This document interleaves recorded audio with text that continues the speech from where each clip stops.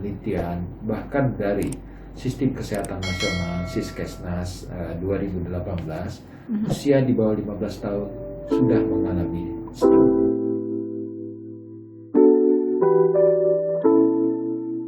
Dok, Ya. semangat langsung tiap pagi dok. Mesti semangat dong, Bari. Untuk menghindari gejala stroke ya dok ya. Iya, Katanya jadi memang kita harus mesti banyak gerak. aware. Kalau ada aware, berarti kita waspada, masih bagus dong. Masih bagus berarti saraf Iya. kita ya dok ya.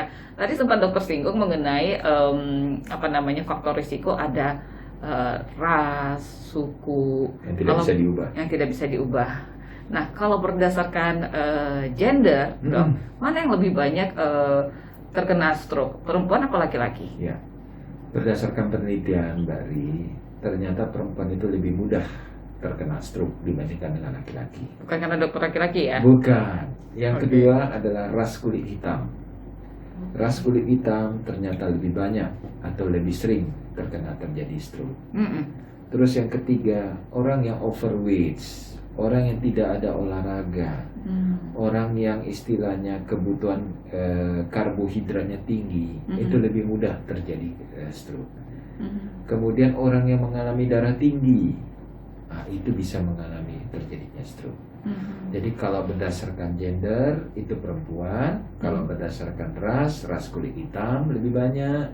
Kemudian usia ternyata bukan melulu usia tua, sekarang sudah mengalami usia muda. Bahkan dari beberapa penelitian, bahkan dari Sistem Kesehatan Nasional Siskesnas 2018, usia di bawah 15 tahun sudah mengalami stroke.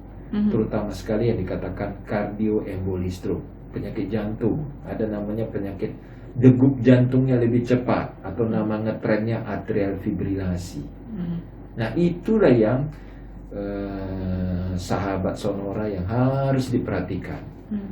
Jadi kalau misalnya anaknya sesak, ada gejala biru, segera ke puskesmas. Lihat apakah ada kelainan jantung atau tidak.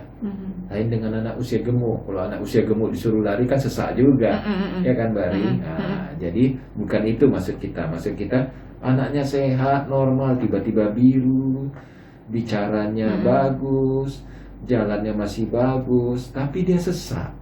Nah itu harus diperhatikan, karena kita mencegah lebih baik daripada mengobati. Terlepas dari ras, dari pola kehidupannya, ini apa yang menyebabkan orang bisa terkena stroke? Salah satunya selain daripada faktor risiko, ada dominasi yang terlibat. Jadi ada namanya infak, misalnya kalau dia mengalami stroke iskemik. Kalau dia infaknya misalnya kena pada area bicara, lebih mudah bicaranya terkena, makanya bicaranya pilu. Atau sudut mulutnya tertarik ke arah yang sisi sehat, atau jatuh ke arah yang sisi sakit. Misalnya parise saraf yang ketujuh yang ke kiri misalnya. Berarti kalau kita lihat jatuhnya ke kiri, sehatnya ke kanan. Oke.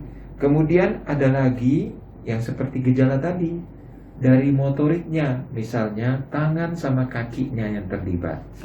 Itu di otak kita, Mbak Ri, ternyata ada namanya peta manusia kecil, atau namanya peta homunculus. Nah, dikatakan pada peta homunculus itu, dikatakan apabila di daerah tengah apa, di daerah posterior itu ada apa. Ternyata di daerah yang posterior itu kaki. Nah, kalau dia kaki, misalnya infaknya gede, besar, luas, tentu kaki yang lebih dominan dibandingkan dengan tangan. Jadi kalau kita lihat daerah mana yang terlibat. Kalau dia daerah pusat bicara yang terlibat. Daerah motorik yang terlibat. Daerah sensorik yang terlibat. Contohnya kita malam minggu kadang-kadang megang anak kita, megang istri kita, atau megang misalnya sudut yang tumpul. Kita masih merasa. Tapi bagi orang yang mengalami stroke, kadang-kadang merasa, kadang-kadang tidak. Itulah contohnya dengan gula yang tinggi. Jadi kalau yang dibilang kata Mbak Ri, dominan mana, tergantung dominansi mana yang terlibat. Itu nanti kita lihat dari hasil CT scan atau pencitraan otak. Tapi kan ada juga ya dok yang setengah stroke, Ya, ada yang bahkan sama sekali semua sampai nggak Iya. bisa gerak. Iya. yang Itulah dia dominan gejalanya. yang mana? Itulah yang gejalanya. Jadi gejala itu kan segera ke rumah sakit. Salah satunya yang dari AM.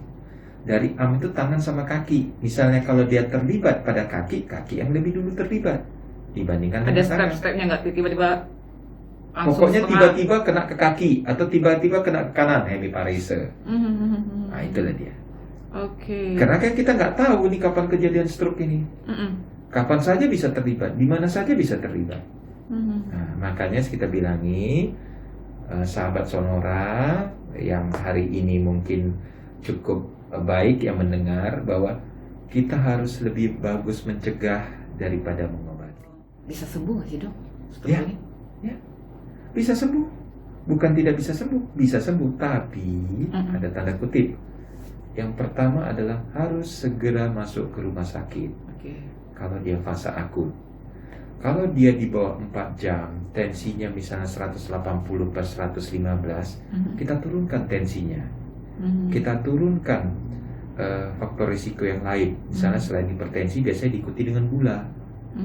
Nah, contoh kasus kayak kemarin ada pasien, dia merupakan seorang pelaut, ya. Dia selama ini memang penderita gula.